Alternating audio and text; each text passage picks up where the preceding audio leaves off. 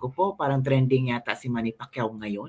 Opo, mga kabibig, mga rallyista sa Jensen na di umano ay sabi dito sa post ha, nabasa ko kabibig ha, kamuna sabihin ko ha. To, yung mga hinire ni Pacquiao na rallyista sa Jensen, Duterte sinisigaw. Tinanggap lang pera pero Duterte pa din ang sigaw. Partido ni Pacquiao na PCM Jensen at mga makakaliwang grupo na sentro nagkaisa laban sa mga Duterte. Pero bakit Duterte ang isinisigaw? Nako po, eto pala mga PCM pala ito ni Manny Pacquiao sa Jensen, mga kabibig. O ito kabibig ha, panoorin natin ang video at matatawa ka talaga.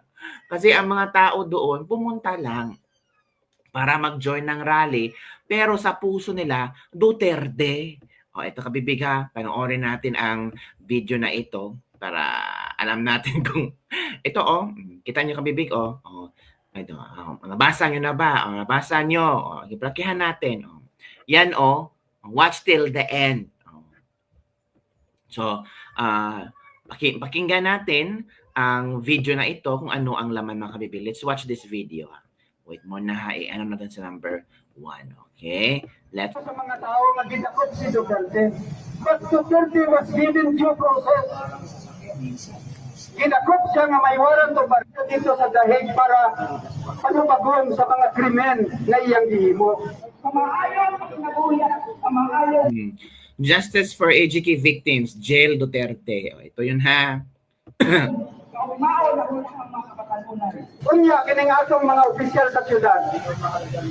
Karon naga-depensa sa due process ni Duterte. Ito namang mga opisyal natin sa Jensen, dinidepensahan si Duterte na wala daw due process. Pero gikan ni atong 2016 nga grabe ang kipatay dinhi. Wala siya due process. Duterte ang sinigaw.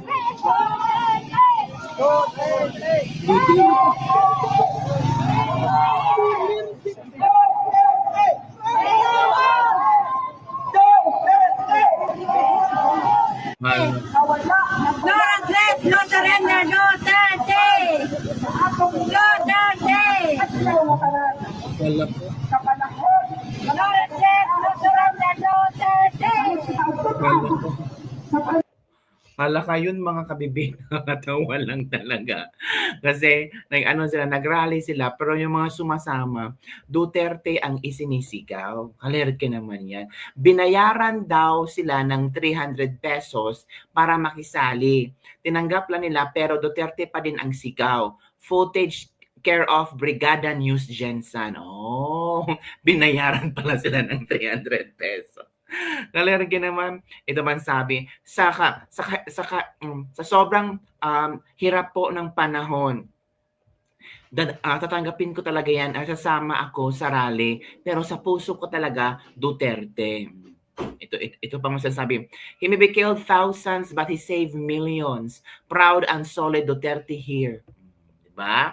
Yun ang mga komento mga netizen. Tama si Miss Cathy Binag, yung pagiging addict, choice nila yon. Yung pagiging kriminal, choice din nila yan. Kaya deserve nila kung ano ang kinatnan ng buhay nila. Pero yung biktima ng addict, yung ni-rape ng addict, hindi nila choice yun. Gusto lang nilang mamuhay ng masaya, payapa at tahimik at walang pangamba sa kalsada. Pero ngayon, ginugulo na ang taong bayan. Kaya mo yan, taga Jensen, ilabas nyo ang totoong laman ng puso nyo, Duterte. Ang konti lang pala ng sumali sa rally nila from Meljo Alcans. Kulang-kulang pala yung bayad Oy, sabi naman. Ang sabi sa kanila para kay Tatay Digong pero di sinabing laban kay Tatay Digong. Ang isinisiga ng mga tao, Duterte. Pahiya ang kampo ng Bangag Marcos. So yun kabibig. Ano pala to? Partido ni Pacquiao pala ang tawag dito ang nag-organisa ng rally na iyon. Partido ni Pacquiao pala. Kaya konti lang ang sumama. Nako, kayo talaga. So eto kabibig, may nakita akong video dito. Ito Marcos admin mas maraming inuutang kumpara sa Duterte admin, sabi ng isang ekonomista. So ito ang video mga kamibig na nakakawindang, nakakabahala kasi mas maraming inuutang daw si BBM kumpara kay Duterte noong nakaupo sa pang Duterte. So ito kamibig, manood tayo ha.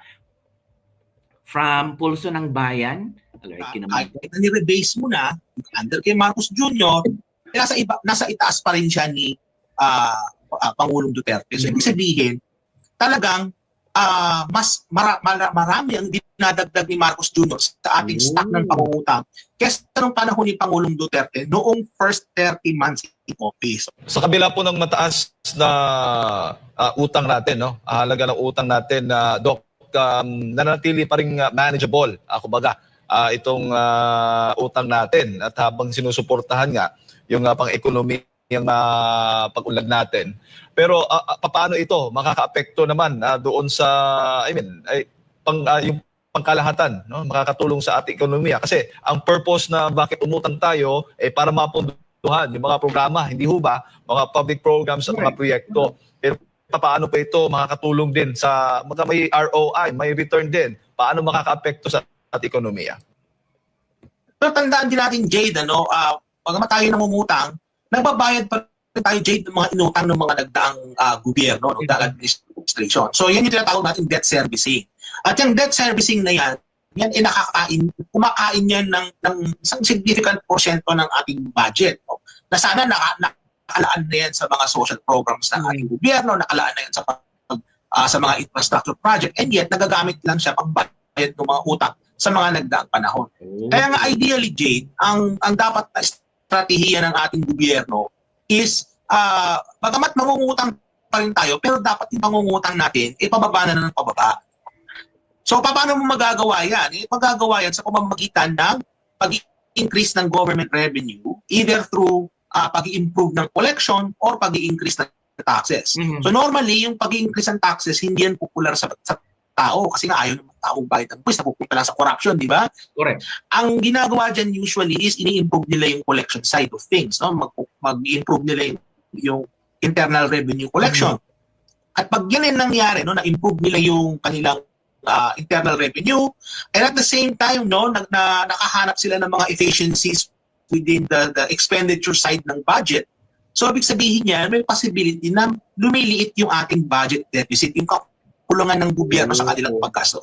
And in fact, the reason why kaya tayo humihiram palagi, kaya tayo nangungutang, is palagi tayong merong budget deficit, Jade. Laging kulang yung paggastos, kulang yung revenues na nakukuha ng ating gobyerno versus sa kanilang gastos, kaya nangungutang po ang ating gobyerno. At kapag na-narrow down po natin, napapaliit po natin yung deficit na yan, yung chances o yung propensity nating mangutang sa hinaharap, posibleng lumit na. Correct. So yun yung dapat na gustong i-achieve ng ating gobyerno. Yun po yung dapat na gawin nila. Wala namang ginagawa ang gobyerno natin, puro Duterte na lang, ay naaway ang mga Duterte. Di ba mga kabibig? So sana magbigay ng solusyon ng ating gobyerno ngayon. Di ba? Mas marami palang inutang si Marcos kumpara kay Duterte, tapos confident si Marcos na makapabangon muli at tinatawag na bagong Pilipinas. May bago pa ba ang Pilipinas? May bago ba sa Pilipinas? 'Di ba?